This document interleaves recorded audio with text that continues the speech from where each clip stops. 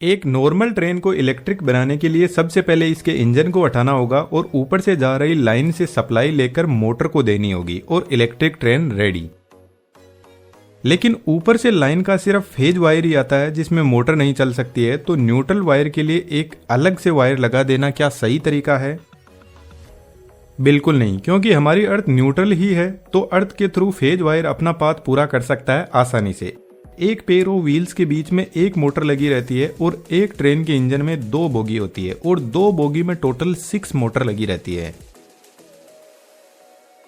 इन सभी मोटर की power 12,000 HP तक होती है, जिनमें एक मोटर की पावर 2,000 एचपी तक होती है। इंटरेस्टिंगली जितनी भी ट्रेन होती है सभी इलेक्ट्रिक ही होती है। जिन ट्रेन में इंजन लगा रहता है उनमें सबसे पहले इलेक्ट्रिसिटी जनरेट की जाती है और फिर उनसे मोटर को सप्लाई देकर ट्रेन रन करती है। लेकिन इलेक्ट्रिक ट्रेन में एक बहुत बड़ा चैलेंज आता है कि हाई स्पीड में चलते हुए ट्रेन को इलेक्ट्रिसिटी ओवरहेड लाइन से कलेक्ट करनी है और वह भी कोई नॉर्मल इलेक्ट्रिसिटी नहीं है। 25,000 वोल्ट की सप्लाई ऊपर के वायर में चलती है। सबसे पहले एक खड़ी ट्रेन का मैकेनिज्म समझते हैं।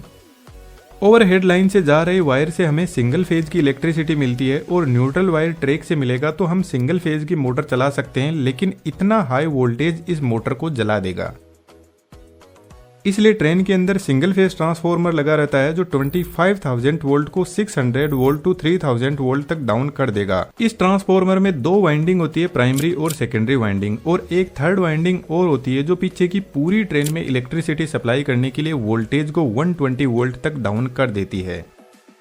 ट्रांसफार्मर की वर्किंग को आप इस वीडियो से समझ सकते हो। अब मोटर को सप्लाई ट्रांसफार्मर कर रहा है तो न्यूट्रल वायर को ट्रांसफार्मर से कनेक्ट करते हैं। न्यूट्रल वायर के लिए व्हील पर लगे हुए एक्सियल कार्बन बार से कनेक्ट किया जाता है जो वोल्टेज को व्हील से होते हुए न्यूट्रल पाथ प्रोवाइड करवाएगा। लेकिन सिंगल फेज मोटर अभी भी एक प्रॉब्लम बनी हुई है, क्योंकि सिंगल फेज मोटर में एक वाइंडिंग होती है जो इतने लोड को चलाएगी तो उसमें कॉपर लॉसेस बहुत ज्यादा बढ़ जाएंगे और इसका टॉर्क नॉन यूनिफॉर्म हो जाएगा। इसको आसानी से कुछ इस वीडियो की हेल्प से समझा जा सकता है। मोटर चलेगी तो सही, लेकिन कुछ इस तरीके से। तो यूनिफॉर्म टॉर्क के लिए 3 फेज इंडक्शन मोटर काम में ली जाती है, लेकिन 3 फेज इंडक्शन मोटर लगाते ही एक प्रॉब्लम आ जाएगी। हमारे पास में तो सिर्फ सिंगल फेज की सप्लाई है, तो फिर हम ओवरहेड लाइन से 3 फेज लाइन का सेटअप करते हैं, जो इंजीनियर वाला बिल्कुल भी आइडिया नहीं है और यह एक बहुत ही कॉस्टली तरीका भी है और हाई स्पीड में चलती हुई ट्रेन की वजह से वायर आपस में टकरा सकते हैं। तो एक नई डिवाइस इंट्रोड्यूस की जाती है जिसको रेक्टिफायर बोलते हैं और यह डिवाइस ट्रांसफार्मर से मिल रही सिंगल फेज एसी सप्लाई को डीसी में कन्वर्ट कर देता है। और आपको पता हो तो डीसी के अंदर कोई भी फेज की वैल्यू नहीं रह जाती है। यहाँ पर हमें पॉजिटिव और नेगेटिव 2 वायर मिलते हैं। इस डीसी सप्लाई को इन्वर्टर को दिया जाता है और इन्वर्टर आउटपुट में 3 फेज एसी सप्लाई प्रोवाइड करवाता है और 3 फेज इंडक्शन मोटर आसानी से चलती है। लेकिन क्या आपने नोटिस किया 3 फेज इंडक्शन मोटर को न्यूट्रल की जरूरत नहीं होती है? कमेंट में जरूर से लिखना 3 फेज इंडक्शन मोटर बिना न्यूट्रल के कैसे चलती है। इंडक्शन मोटर की अच्छी बात है कि वेरिएबल फ्रीक्वेंसी ड्राइव के थ्रू मोटर की फ्रीक्वेंसी को कंट्रोल करके मोटर की स्पीड को कंट्रोल किया जा सकता है। तो बेसिकली ट्रेन में बैठा हुआ ड्राइवर ट्रेन की स्पीड को बढ़ाने के लिए मोटर की फ्रीक्वेंसी को ही इंक्रीज करता है।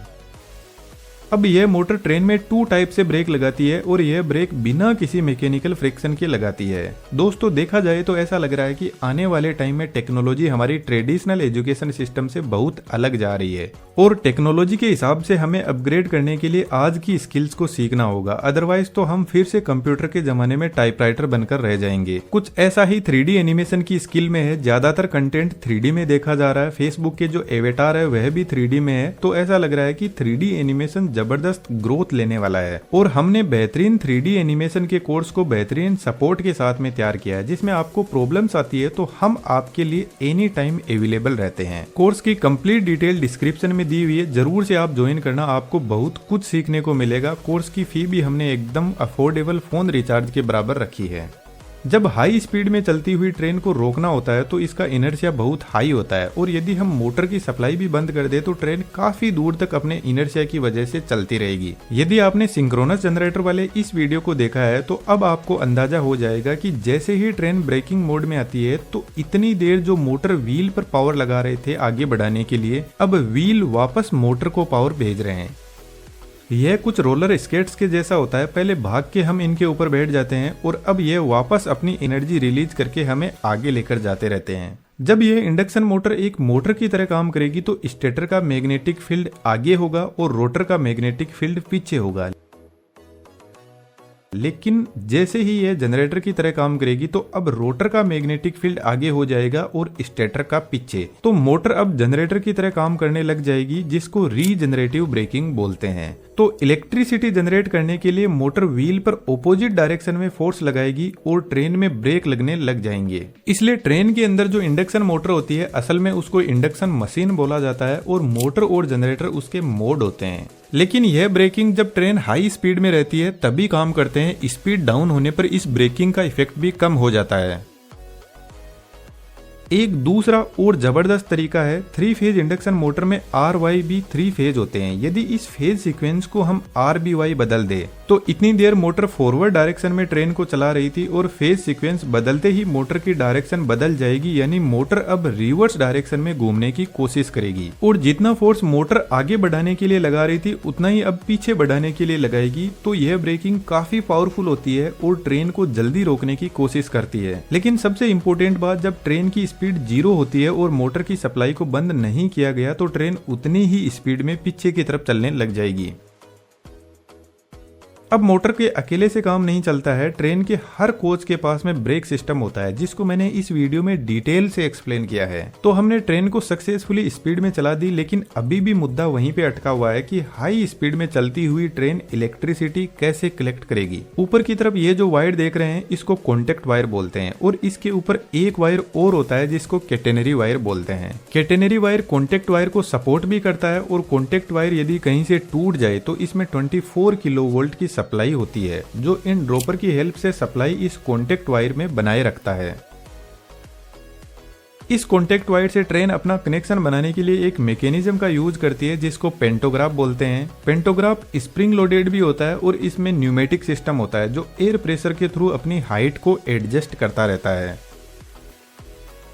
क्योंकि कॉन्टेक्ट वायर एक तो इक्वल हाइट पे नहीं रहता है और दूसरा रीजन, जब ट्रेन किसी टनल में से गुजरती है तो कम स्पेस होने की वजह से कॉन्टेक्ट वायर ट्रेन के काफी पास में आ जाता है, जिसकी वजह से पेंटोग्राफ अपनी हाइट को एडजस्ट करके कॉन्टेक्ट वायर से अपना कनेक्शन बनाए रखता है।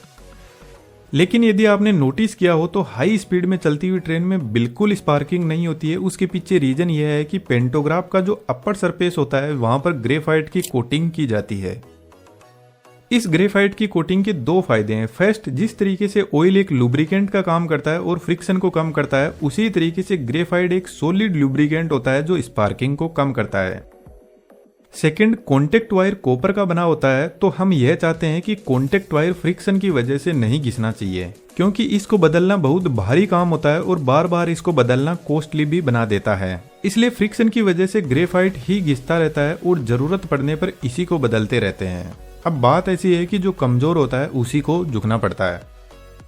लेकिन यहाँ पर भी इंजीनियर ने गजब दिमाग लगाया। इन्होंने कॉन्टेक्ट वायर को एकदम सीधा नहीं रखा, कुछ ऐसे टेढ़ा मेढ़ा कर दिया जिसकी वजह से ग्रेफाइट का सरफेस एरिया बढ़ गया। अब इसके 2 बेनिफिट है। एक तो ग्रेफाइट का टेम्परेचर नहीं बढ़ेगा जिससे स्पार्किंग कम होगी और ग्रेफाइट की लाइफ भी लॉन्ग हो जाएगी। इस पेंटोग्राफ वायर से डायरेक्ट सप्लाई ट्रांसफार्मर तक जाती है, लेकिन ट्रेन की बॉडी और पेंटोग्राफ के बीच में हाई रेजिस्टेंस वाले इंसुलेटर लगे रहते हैं जो ट्रेन में बैठे हुए पैसेंजर को इलेक्ट्रिक शॉक से सेफ रखते हैं। उम्मीद करता हूं दोस्तों वीडियो आपको अच्छा लगा होगा। हमारे बेहतरीन 3D एनिमेशन के कोर्स को जरूर से चेकआउट कीजिएगा, डिस्क्रिप्शन में डिटेल्स अवेलेबल है।